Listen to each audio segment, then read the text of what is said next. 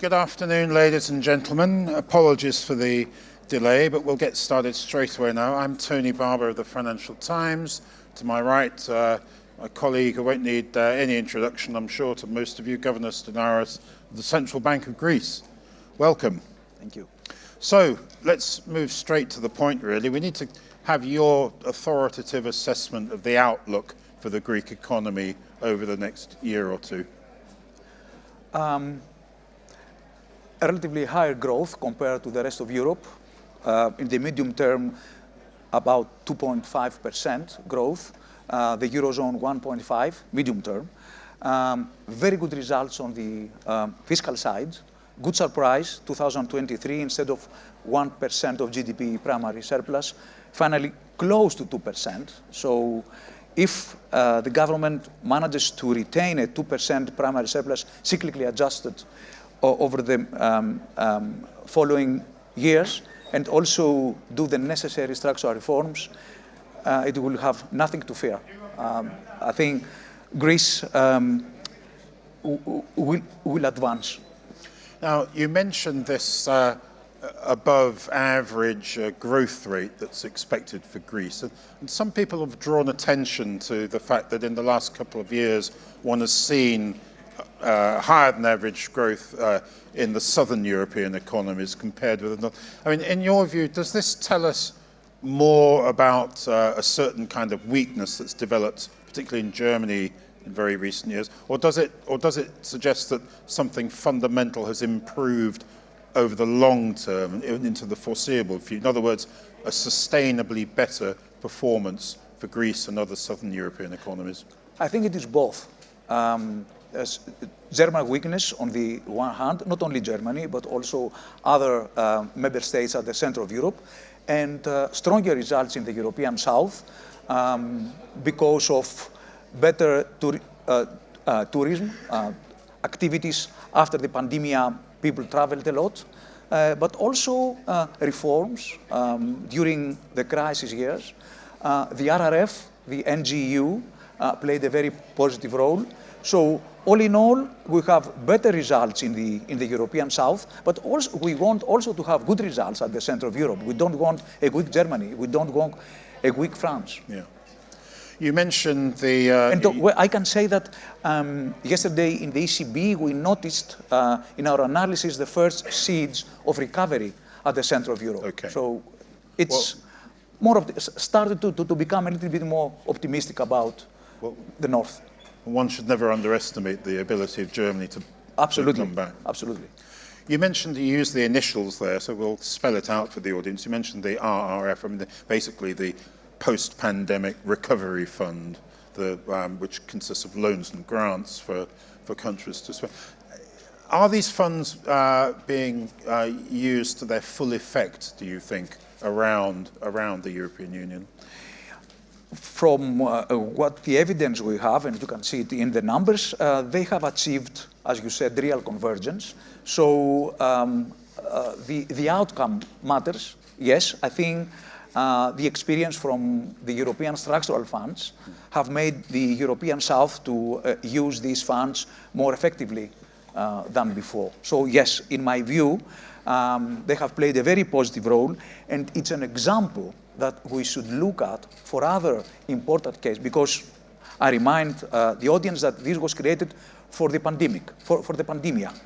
Climatic change, this is the elephant in the room. So I invite you to stay in the next panel, where I will share the speech of my colleague Frank Elderson from the ECB, who will talk about the hazards of the climatic change. Yeah. In my view, this is the elephant in the room.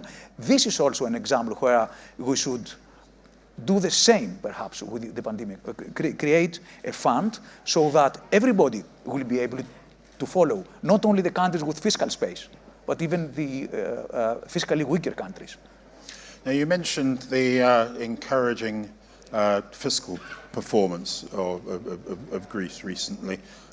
If one looks at the wider euro area, one sees this. There is a lot of pressure to spend in areas such as defence is something that, until quite recently, there hadn't been so much pressure to put more in defence. You mentioned climate change. One could mention all sorts of areas of social policy, transport, education, health, and so on.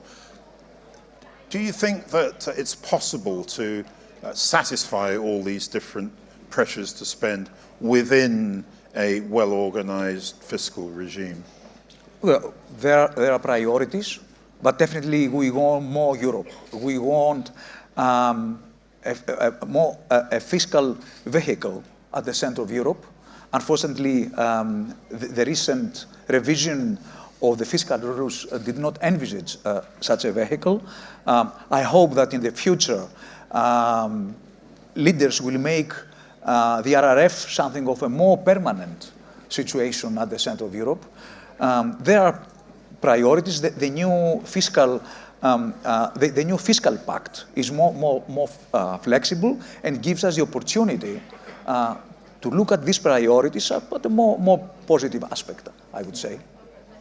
Now, you mentioned I think it was in a report, probably just a few days ago, it was in the early April, that Greece had recovered its investment grade quality, but you pointed out that it had taken 13 years.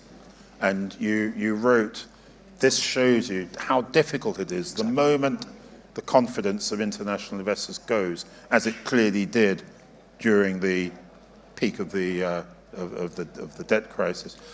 It takes a long time for it to come back. Now, we're not in a situation like this at the moment, for sure, but what are the key ingredients of a responsible policy that would prevent something like that happening again? First of all, the fiscal situation. We need a 2% cyclically adjusted primary surplus. The government should stick to it. And the second is the necessary structural reforms. Still, Greece, despite the fact that it has gained competitiveness in terms of unit labor cost, in terms of prices, it has not gained as much as in structural competitiveness. So there are delays in justice.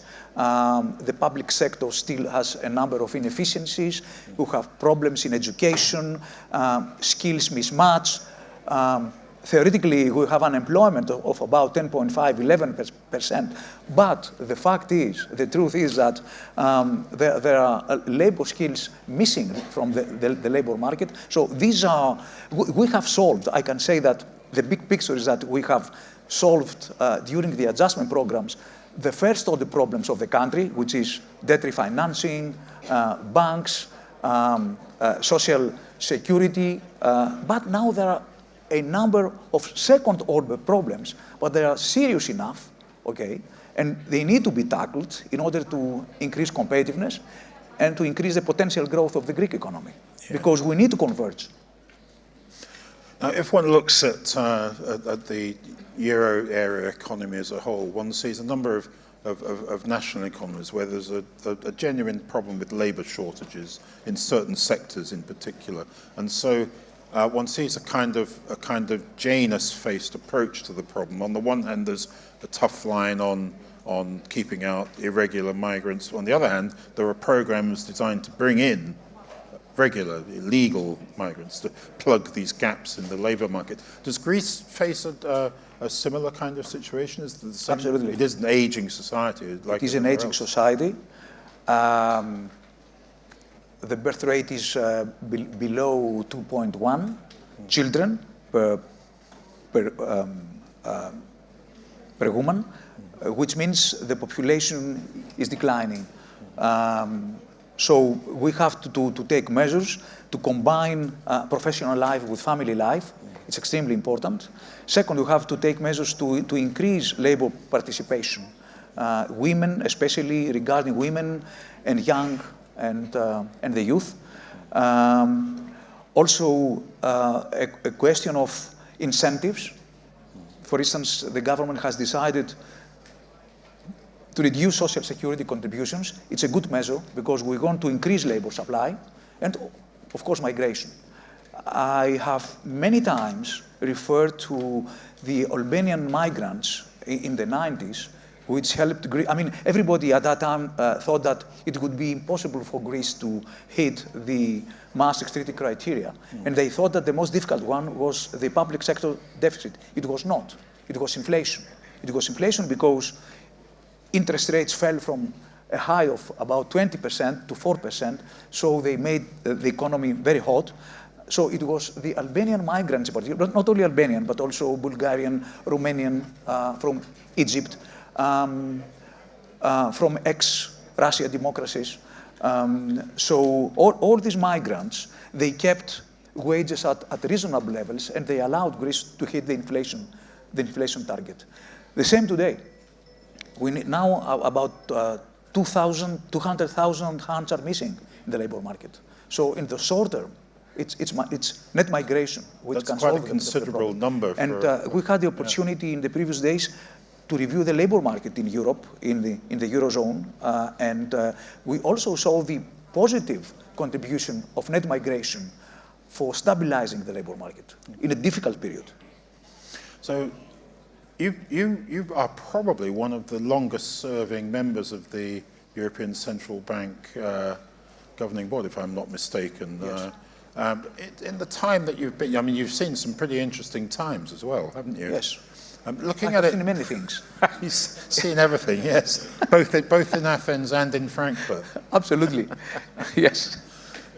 But when you're sitting with your colleagues around the table in Frankfurt or on their travels to different capitals, what are the bright spots? What are the clouds on the international horizon? Sorry, what? What are the positive things or the negative things in the overall international economic outlook? Well, Greece was, in a way, it was lucky in the period of the crisis because there was leadership there, leadership especially in Germany and France, leadership in the United States that decided that Greece should stay in the euro. We shouldn't make a mistake. So at the end of the day, and despite the gloomy predictions of many analysts, investment analysts, academics who thought that, if I remember well, that 80% probability Greece twice would not make it in 2012 and to 2015, we disproved them. And, but so it was a part, of course, from the sacrifices of the Greek people, of the big debt restructuring that was offered to us as an exchange. It was also the leadership that played a role. I'm not sure if today there is such a leadership. So I feel lucky that the crisis happened then and not now. When you say you worry that a lack of leadership, where is that gap? What do you mean exactly by a lack of leadership? First of all, we live in a much more uncertain world compared to the past. All this fragmentation from the geopolitical conflicts cost a lot. The IMF has made a study which shows that this world fragmentation costs 7% of world GDP every year, 7 trillion. It's a huge amount. So there are stagflationary forces that makes the life of policymakers and central bankers much more difficult than before. So today is a more difficult situation to handle the world economy because of these conflicts, of this fragmentation. And I would say instead of creating conflicts in the world, I mean, we should sit down and face and think of solutions of the big enemy, which is the climatic change, for instance. So we are missing opportunities now, I'm afraid. So that needs leadership, I'm afraid. Frank will have the opportunity to explain to us that it is the elephant which is approaching fast, and we are spending time in other issues. And we don't let people know that the elephant is approaching. Yes, indeed.